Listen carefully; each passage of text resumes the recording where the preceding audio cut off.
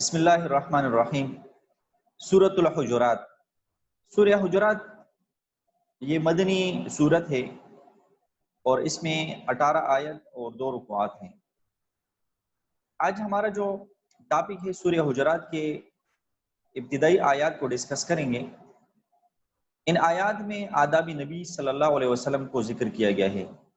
نبی کریم صلی اللہ علیہ وسلم کے آداب، وہ تمام کے تمام آداب اس سورت مبارک میں ذکر ہوئے ہیں، تو کوشش کریں گے کہ انشاءاللہ ان تمام جو آداب نبوی صلی اللہ علیہ وسلم ہیں کہ ان کو ہم اس صورت میں اپنی کوشش کریں گے کہ اپنی کوشش کے مطابق اس کو ڈسکس کریں۔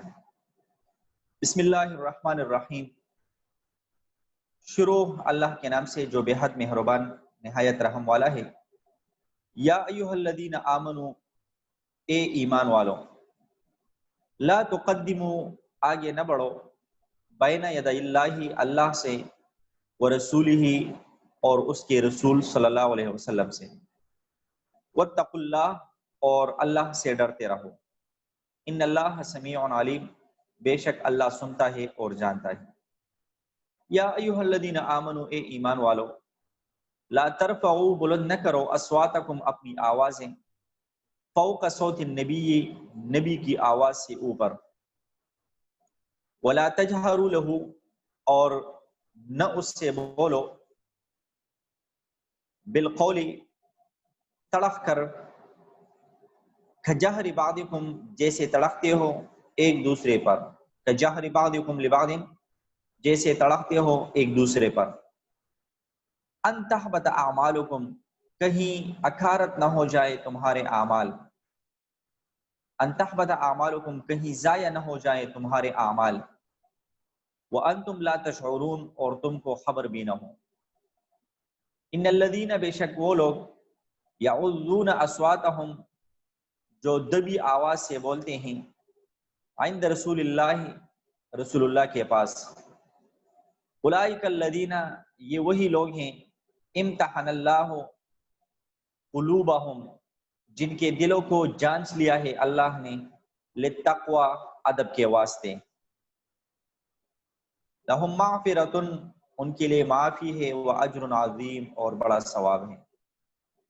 ان الذین، بے شک وہ لوگ، ینادونک، جو تجھ کو پکارتے ہیں، من وراء الحجرات، دیوار کے پیچھے سے، اکثرہم لا یعقلون، وہ اکثر عقل نہیں رکھتے، ولو انہم صبروا، اور اگر وہ صبر کرتے، حتی تخرج الیہم، جب تک تو نکلتا ان کی طرف، لکان خیرا لہم، تو ان کے حق میں بہتر ہوتا، واللہ غفور الرحیم، اور اللہ بخشنے والا بڑا مہربان ہے۔ اس سورت کا پہلی سورتوں کے ساتھ ربط اور شان نزول۔ اس سے پہلی جو 2 سورتیں گزری ہیں، ان سورتوں میں جہاد کے احکام تھے، اور جہاد سے اصلاح عالم و آفاق مقصود ہے کہ عالم کی اصلاح ہوتی ہے اور آفاق کی اصلاح اسے ہوتی ہے۔ اس صورت میں اصلاح نفس کے احکام و آداب مذکور ہیں۔ سورہ حجرات میں اصلاح نفس کے احکام اور آداب مذکور ہیں، خصوصاً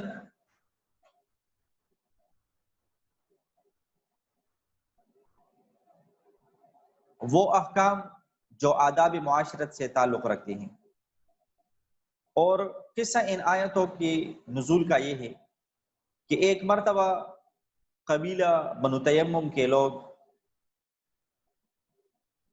ان حضرت صلی اللہ علیہ وسلم کی خدمت میں حاضر ہوئے۔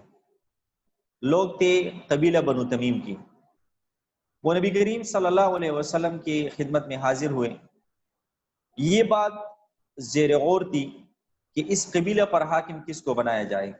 وہ لوگ حاکم کے بارے میں مشورے کر رہے تھے کہ ہم کس کو اپنا حاکم بنائیں۔ حضرت ابوبکر صدیق رضی اللہ تعالیٰ عنہ نے قیقاع ابن سعید کی نسبت رائے دی کہ اس کو امیر بنایا جائے، اور حضرت عمر فاروق رضی اللہ تعالیٰ عنہ نے اقرع ابن حابس کے متعلق رائے دی۔ اس معاملے میں حضرت ابوبکر صدیق رضی اللہ تعالیٰ عنہ اور عمر رضی اللہ عنہما کے مابین نبی کریم صلی اللہ علیہ وسلم کی مجلس میں گفتگو ہو گئی اور گفتگو بڑھ کر دونوں کی آوازیں بلند ہو گئی، اس پر یہ آیات نازل ہوئی۔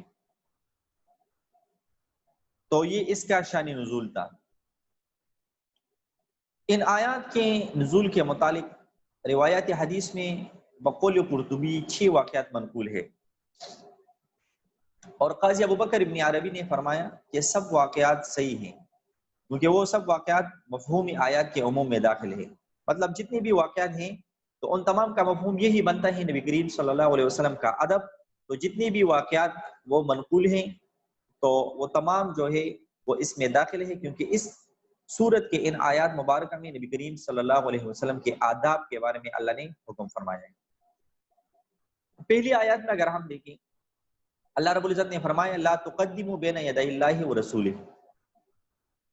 بین الیدین کے اصل معنی 2 ہاتھوں کے درمیان کے ہے۔ بین الیدین، بین الیدین کا معنی کیا ہے؟ دونوں ہاتھوں کے سامنے۔ یہ جو 2 ہاتھ آپ کو نظر آ رہی ہے تو بین الیدین سے یہ مراد ہے، یہ بین الیدین سے مراد ہے۔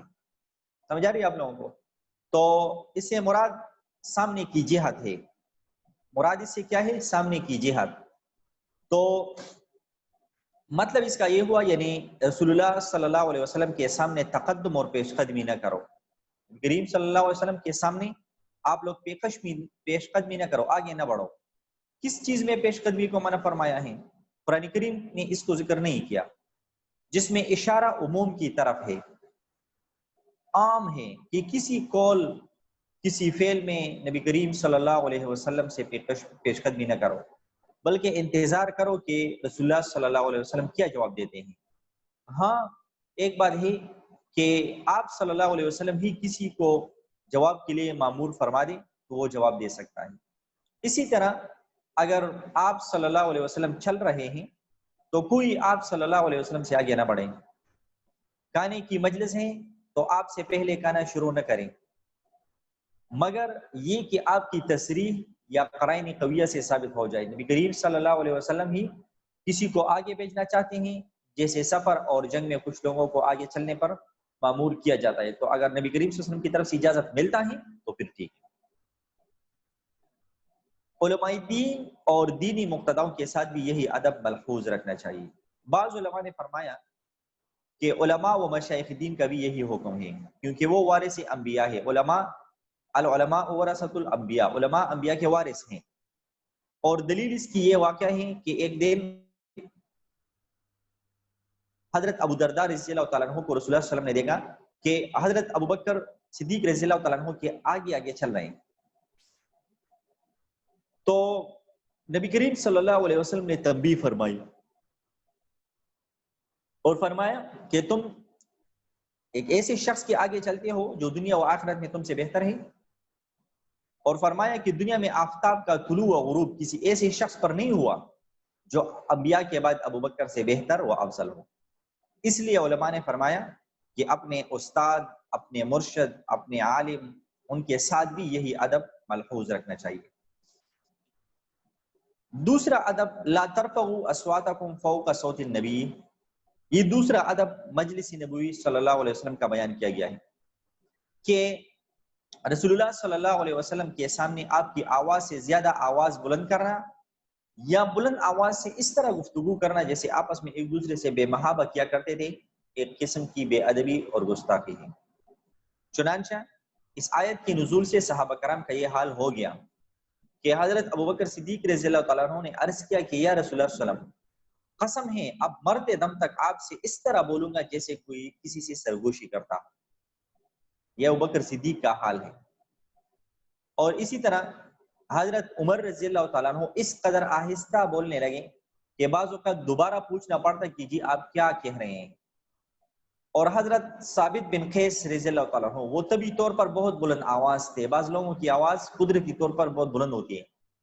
یہ آیت سن کر حضرت ثابت بن قیس رضی اللہ تعالیٰ عنہ وہ بہت ڈرے اور روئے اور اپنی آواز کو بہت گھٹایا، کم کیا۔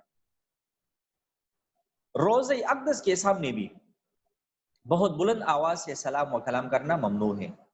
قاضی ابوبکر نے فرمایا کہ رسول اللہ صلی اللہ علیہ وسلم کی تعظیم اور ادب آپ کی وفات کے بعد بھی ایسا ہی واجب ہے جیسا حیات میں تھا۔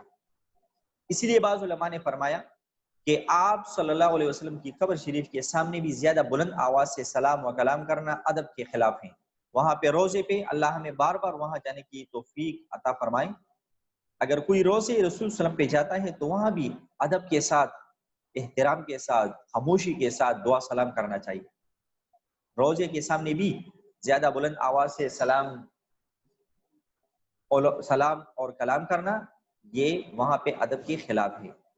اسی طرح جس مجلس میں رسول اللہ صلی اللہ علیہ وسلم کی احادیث پڑھی یا بیان کی جا رہی ہو، گھر میں اگر احادیث پڑھی جا رہی ہے، کلاس میں پڑھی جا رہی ہے، مسجد میں پڑھی جا رہی ہے اور کسی جگہ پہ پڑھی جا رہی ہے، اس میں بھی شور و شعب کرنا بے ادبی ہے، کیونکہ آپ کا کلام جس وقت آپ صلی اللہ علیہ وسلم کی زبان مبارک سے ادا ہو رہا ہو، اس وقت سب کے لیے خاموش ہو کر اس کا سننا واجب و ضروری تھا۔ اسی طرح وفات کے بعد بھی جس مجلس میں آپ صلی اللہ علیہ وسلم کا کلام سنایا جاتا ہو، وہاں شور و شعب کرنا بے ادبی ہے۔ اب یہاں سے ایک مسئلہ نکلتا ہے، علماء فرماتے ہیں کہ جس طرح تقدم علی النبی کی ممانعات میں علماء دین بحیثیت وارث انبیاء ہونے کے داخل ہے کہ نبی سے آگے نہیں چل سکتے، تو اسی طریقے سے علماء دین سے بھی آگے نہیں چل سکتے۔ اسی طرح آواز بلند کرنے کا بھی یہی حکم ہے کہ اکابر علماء کی مجلس میں اتنی بلند آواز سے نہ بولے جس سے ان کی آواز دب جائے، تو ان کی آواز سے تیز آواز سے باتیں نہیں کرنی چاہیے۔ اللہ رب العزت مزید فرماتے ہیں ان تحبط اعمالکم وانتم لا تشعرون، اگر آپ نبی سے آگے چلتے ہیں یا آپ لوگ اپنی آوازوں کو بلند کرتے ہیں تو آپ لوگوں کے ان تحبط اعمالکم وانتم لا تشعرون، کہ اپنی آواز کو نبی صلی اللہ علیہ وسلم کی آواز پر بلند نہ کرو، بس سبب اس خطر اور خوف کے کہ کہیں تمہارے اعمال ضائع ہو جائے اور تمہیں خبر بھی نہ ہو۔ ان تحبط اعمالکم، اگر آپ نبی سے آگے چلتے ہیں، اگر آپ اپنی آوازوں کو نبی سے بلند رکھتے ہیں تو آپ کے اعمال ضائع ہو جائیں گے اور آپ کو پتہ بھی نہیں چلے گا۔ اب یہاں پر بندے کے دل میں کچھ اشکالات پیدا ہو سکتے ہیں، ان میں سے کچھ سوالات پیدا ہو سکتے ہیں۔ ایک سوال یہ ہے کہ اعمال صالحہ جو نیک اعمال ہیں اس کو ضائع کر دینے والی چیز اہل سنت والجماعت کے نزدیک وہ صرف کفر ہے۔ کفر سے نیک اعمال ضائع ہوتے ہیں، کسی ایک معصیت اور گناہ سے دوسرے اعمال صالحہ ضائع نہیں ہوتے۔ سمجھ آ رہی ہے آپ لوگوں کو بات؟ اور یہاں خطاب مومنین اور صحابہ کرام کو ہے، اور لفظ یا ایھا الذین آمنوا کے ساتھ ہے، جس سے اس فعل کا کفر نہ ہونا ثابت ہوتا ہے۔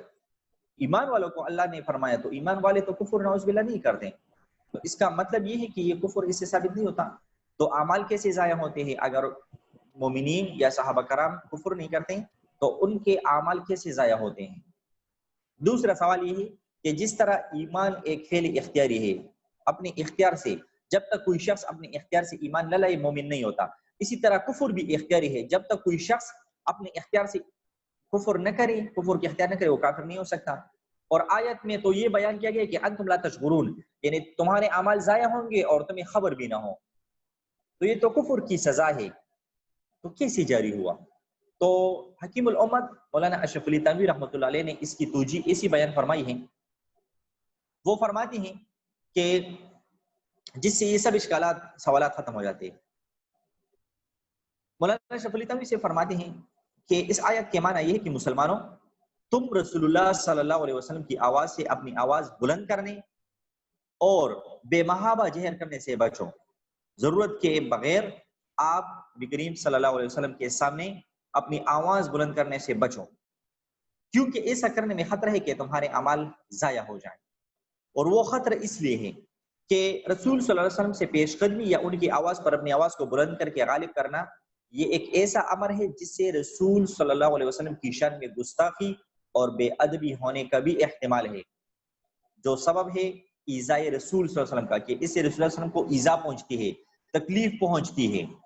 اگرچہ صحابہ کرام سے یہ وہم بھی نہیں ہو سکتا کہ وہ بالقصد کوئی ایسا کام کرے جو آپ صلی اللہ علیہ وسلم کی ایذا کا سبب بنے، لیکن بعض اعمال و افعال جیسے آگے چلنا یا آواز بلند کرنا اگرچہ بقصد ایذا نہ ہو، آپ صلی اللہ علیہ وسلم کو تکلیف کی ارادے سے نہ ہو، پھر بھی ان سے ایذا کا احتمال ہے کہ آپ صلی اللہ علیہ وسلم کو تکلیف پہنچے، اسی لیے ان کو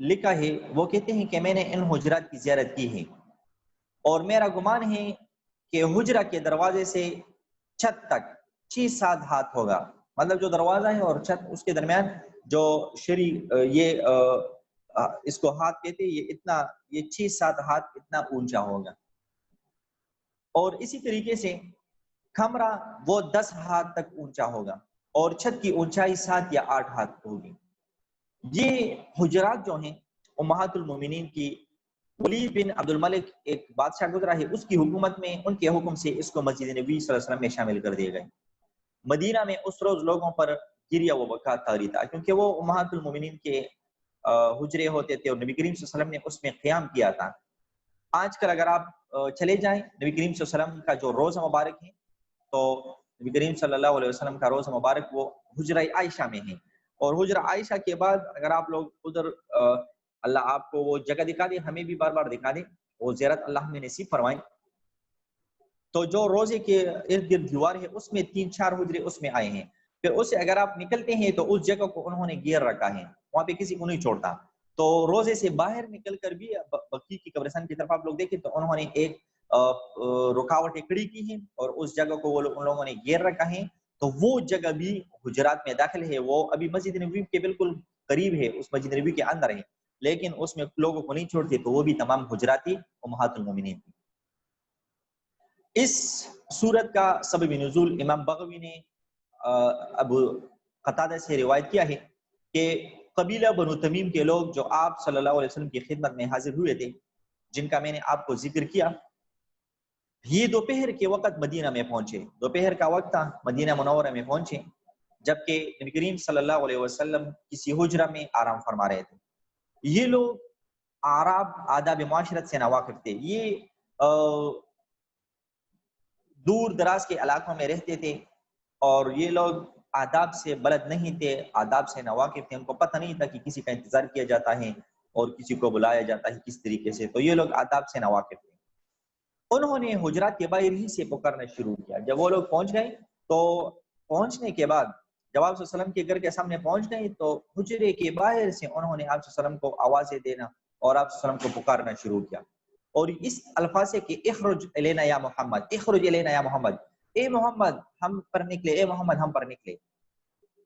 اس پر یہ آیت نازل ہوئی جس میں اس طرح پکارنے کی ممانعت اور انتظار کا حکم دیا گیا تھا کہ آپ لوگ ایک تو نبی کریم صلی اللہ علیہ وسلم کو اس طرح نہ پکارے ڈائریکٹ نام کے ساتھ کہ یا محمد، ان کو پکارے کہ اخرج الینا یا محمد، اے محمد ہم پر نکلے. اور دوسرا یہ ہے کہ آپ لوگ انتظار کرے کہ آپ صلی اللہ علیہ وسلم خود نکلے، ان کو نہ بلائے. ہو سکتا ہے ان کی کوئی ضرورت ہو، کوئی کام ہو، کوئی حاجت ہو، تو آپ اسی طریقے سے ان کو نہ پکاریں. اس میں ایک تنبیہ ہے، صحابہ و تابعین نے اپنے علماء و مشائخ کے ساتھ بھی اسی ادب کا استعمال کیا ہے. یہ جو نبی کریم صلی اللہ علیہ وسلم کا ادب ذکر ہوا ہے تو صحابہ اور تابعین نے بھی اپنے علماء اور مشائخ سے اس ادب کا استعمال کیا ہے. صحیح بخاری وغیرہ میں ہے، حضرت ابن عباس رضی اللہ تعالیٰ عنہ سے منقول ہے کہ جب میں کسی عالم صحابی سے کوئی حدیث دریافت کرنا چاہتا تھا تو ان کے مکان پر پہنچ کر ان کو آواز یا دروازے پر دستک دینے سے پرہیز کرتا تھا، کہ جب وہ ان کے دروازے پر پہنچتا تو وہاں پر میں انتظار کرتا، دروازے کے باہر بیٹھ جاتا تھا کہ جب وہ خود ہی باہر تشریف لائیں گے اس وقت ان سے میں دریافت کر لوں گا. اور مجھے دیکھ کر فرماتے کہ اے رسول اللہ صلی اللہ علیہ وسلم کے چچا زاد بھائی، آپ نے دروازہ پر دستک دے کر کیوں نہ اطلاع کر دی؟ کیونکہ عبداللہ ابن عباس رضی اللہ عنہ یہ نبی صلی اللہ علیہ وسلم کے چچا زاد بھائی تھے. عباس رضی اللہ تعالیٰ عنہ یہ نبی کریم صلی اللہ علیہ وسلم کے چچا تھے. تو ابن عباس نے فرمایا کہ عالم اپنی قوم میں مثل نبی کے ہوتا ہے. قوم میں جو عالم ہوتا ہے وہ نبی کے مثل ہوتا ہے، جو آداب نبی کے ہوتے ہیں وہ عالم کے بھی ہوتے ہیں. اور اللہ تعالیٰ نے نبی کی شان میں یہ ہدایت فرمائی ہے کہ ان کے باہر آنے کا انتظار کیا جائے. حضرت ابو عبیدہ رضی اللہ تعالیٰ عنہ نے فرمایا کہ میں نے کبھی کسی عالم کے دروازے پر جا کر دستک نہیں دی. ابو عبیدہ رضی اللہ تعالیٰ عنہ یہ جلیل القدر صحابی ہے، وہ فرماتے ہیں کہ کبھی میں نے کسی عالم کے دروازے پر جا کر دستک نہیں دی، بلکہ اس کا انتظار کیا کہ وہ خود ہی جب باہر تشریف لائیں گے اس وقت ملاقات کروں گا. تو اس سے ایک مسئلہ بھی ظاہر ہو گیا. آیت مذکورہ میں اللہ نے فرمایا حتی تخرج الیہم، اس میں الیہم کی قید بڑھانے سے یہ ثابت ہوا کہ صبر وہ انتظار اس وقت تک کرنا ہے جب تک آپ لوگوں سے ملاقات و گفتگو کے لیے باہر تشریف لائیں۔ اس سے معلوم ہوا کہ آپ صلی اللہ علیہ وسلم کا باہر تشریف لانا کسی دوسری ضرورت سے ہو، اس وقت بھی آپ صلی اللہ علیہ وسلم نے اپنے مطلب کی بات کرنا مناسب نہیں ہے، بلکہ آپ لوگ تھوڑا انتظار کریں کہ جب آپ صلی اللہ علیہ وسلم ان کی طرف متوجہ ہوں اس وقت آپ لوگ بات کریں اور اپنی ضرورت کی کام آپ